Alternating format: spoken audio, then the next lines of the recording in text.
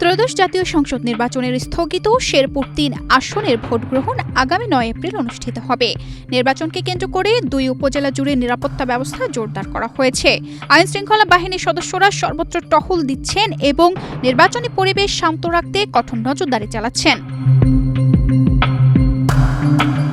ইতিমধ্যে প্রার্থীদের প্রচারণা শেষ হয়েছে। শ্রীবরদী ও ঝিনাইগাদী উপজেলায় এখন পুরোপুরি নির্বাচনী আবহাওয়া বিরাজ করছে।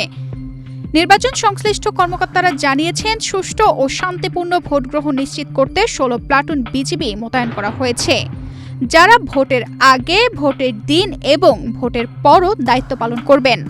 এক্সট্রিম মশার কয়েল প্ল্যান্ট ফাইবার দিয়ে তৈরি, তাই সহজে ভাঙে না, সুগন্ধিযুক্ত ও নিরবিচ্ছিন্নভাবে জ্বলে। ডেঙ্গু, চিকুনগুনিয়া বাহি সহ যে কোনো মশার বিরুদ্ধে দেয় এক্সট্রিম সুরক্ষা। একদম নিরাপত্তার চাদরে ঢেকে দেওয়া হয়েছে এই ২টি উপজেলা। সেখানে ১৬ প্লাটুন বিজিবি থাকবে।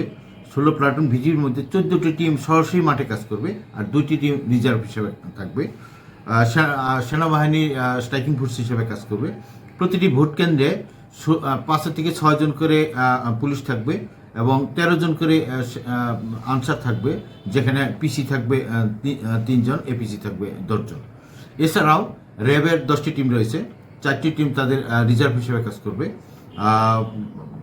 অর্থাৎ আমরা এমনভাবে সাজিয়েছি প্রত্যেকটি সেন্টারে আমাদের আইন শৃঙ্খলা বাহিনী ৫ থেকে ৭ মিনিটের মধ্যে টাচ করতে পারবে।